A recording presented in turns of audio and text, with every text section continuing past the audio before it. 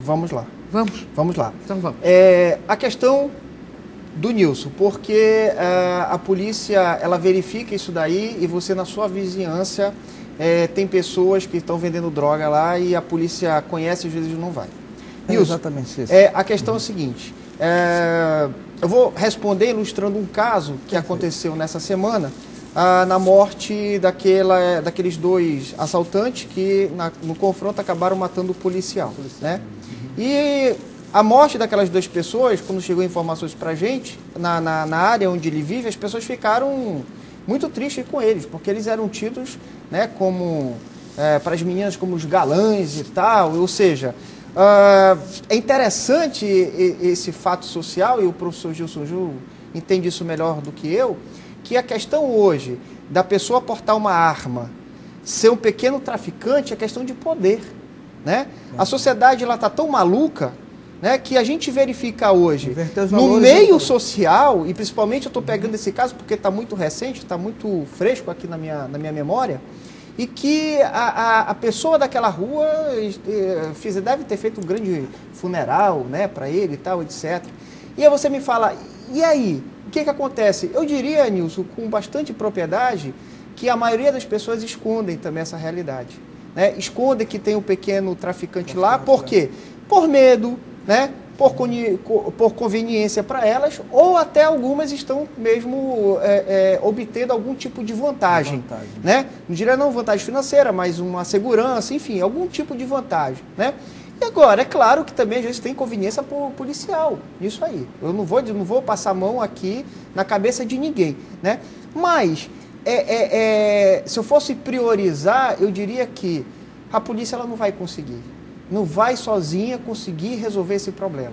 É como eu sempre falo, se nós não tivermos a sociedade e todos os órgãos, quer sejam públicos, quer sejam órgãos não estatais, envolvidos no combate da criminalidade, nós não vamos conseguir resolver esse problema. A polícia não resolve, ela ameniza, ela traz a sensação de segurança, tá? Mas ela não vai resolver um problema estrutural grande e sério, tá? O que o professor Gilson Gil falou com relação à maioridade penal. Regime semiaberto. É uma discussão, professor, realmente que não diria que quem defende a maioridade está certo ou quem defende a redução esteja errado. Acho que a questão não é essa. A questão do ponto de vista, né? Se eu fizesse aqui um discurso simplista aqui para agradar a população, eu diria, não, vamos reduzir, né, essa maioridade penal para 16 anos, para 14 anos. Se eu fosse pegar os índices de criminalidade que consideram que o jovem adolescente, a partir dos 15 anos, ele já está apto, e as estatísticas, não sou eu que estou dizendo, são as estatísticas que falam, né, entre 15 a 24 anos. Então, se eu pegar, eu diria que eu vou defender aqui que temos que reduzir essa maioridade para 14 anos. Porque 15 anos a pessoa pode matar, e ela mata, realmente ela tem consciência disso. Né? Mas esse é um discurso, para mim, muito simplista. Eu acho que antes de a gente discutir, a gente pode até discutir a maioridade, mas no outro momento. Primeiramente, a gente tem que discutir aonde as políticas públicas elas estão falhando. Primeiramente nisso. Depois disso, se todas as políticas públicas estiverem funcionando e não der jeito, aí sim a gente pode poder discutir a maioridade. Mas, por enquanto, eu sou contra, né, a redução dessa maioridade penal. Eu acredito ainda que políticas públicas sérias de educação religiosa, de estrutura familiar, de ética, ainda nós vamos conseguir vencer, não de forma total, né, mas em índices aceitáveis de criminalidade. E o professor André, eu esqueci a sua pergunta, só pode responder. Não, ela estava indo na linha do que o professor Gilson colocou, a questão da progressividade da pena. Né? Ou seja, ir socializando ou ressocializando o preso, né? Ou seja, aquele cidadão que porventura tenha cometido uma determinada ação que é tida como crime, está pagando por isso e ele tem que ser reinserido na sociedade. Como é que o senhor vê, por exemplo, a questão da progressividade da pena como uma questão que pode, de alguma forma, estar prejudicando a segurança pública? Exatamente. É uma questão que acho que é bastante interessante, professor, e pertinente a ser colocado, porque o que a gente verifica hoje? A pessoa comete um crime, a gente sabe pela questão constitucional, ela só pode ficar presa até 30 anos, então a pessoa pode ser condenada a 100 anos, a pessoa vai condenar a 200 anos. né? De, oba, 200 anos. Sim, pode ser até 1000. Mas pelo nosso sistema constitucional, ela só pode cumprir até 30 anos. E isso é uma cláusula pétrea, e a gente sabe, pelo direito, que essa parte da Constituição não pode ser modificada por uma emenda constitucional. Só se houver uma outra Assembleia Nacional Constituinte para poder modificar. Então, qualquer discussão de pena de morte, né? Vamos mudar o regime de pena de prisão, colocar prisão perpétua, ou aumentar para 100 anos, isso aí é inócuo. Enquanto a gente não resolver o problema constitucional, que seria de uma nova Assembleia Nacional Constituinte. Mas o que a gente pode resolver legalmente agora? A questão, justamente, do cumprimento da pena, né? Hoje você é condenado e se você cumpre, no caso, 1/6 dessa pena, você é colocado no regime semiaberto. Ora, a gente pode modificar isso. Por que a pessoa que cometeu um crime, por exemplo, de homicídio doloso, cumpriu 1/6, tem que estar na rua de novo? Ou tráfico de drogas? Por que não mudar para 2/3? Infelizmente, a reforma do nosso Código Penal, ela mantém esse 1/6.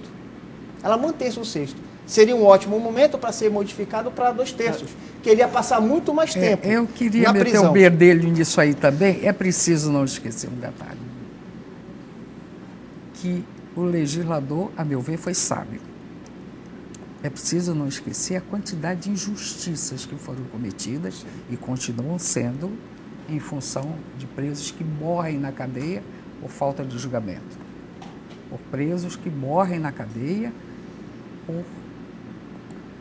por uma situação, às vezes, injusta. Então, eu acho que o legislador foi muito sábio. Mas não vem ao caso. Vamos lá, o que você conclui disso? Na verdade, Bengarda, eu diria o seguinte, que não adianta nada a polícia realizar, eu tenho a melhor polícia, tá certo? Funcionando, a polícia técnica, a polícia militar na rua, você prende, consegue dar o resultado, né? Como nós conseguimos ultimamente nos crimes dos taxistas, dos 9 assassinatos, Nilson, me corrija, você que é da área aí, dos 9 assassinatos que nós tivemos esse ano na cidade de Manaus, dois crimes, no caso, foram crimes de discussão passional, não foi, né? Desses 3. Desses 6 que sobraram, 3 já descobrimos autoria e materialidade, ou seja, 50%, e os outros 3 já têm suspeitos e estamos nas próximas horas aí investigando. Agora, nada adianta que essa pessoa lá, daquele último taxista que morreu, né, daquela pessoa lá, que em menos de 10 horas, pelo grupo tarefa nosso, pelo grupo integrado pela Força Tarefa, conseguimos colocar essa pessoa presa, nós verificamos a ficha dela, ela já tinha sido condenada desde 2006, e ela estava no regime semiaberto. Tu tá entendendo? Aí você começa a discutir a outra coisa. Qual é a função social da pena? O que o nosso sistema prisional está fazendo para essa pessoa? Ou seja, daqui a pouco esse cara aqui que matou o taxista, pela questão legal, Emengarda, vai ser colocado em liberdade novamente. E aí? Eu queria... Fale, doutor André, dentro desse caso eu queria fazer só um comentário. Eu só queria concluir a questão só de tem um detalhe.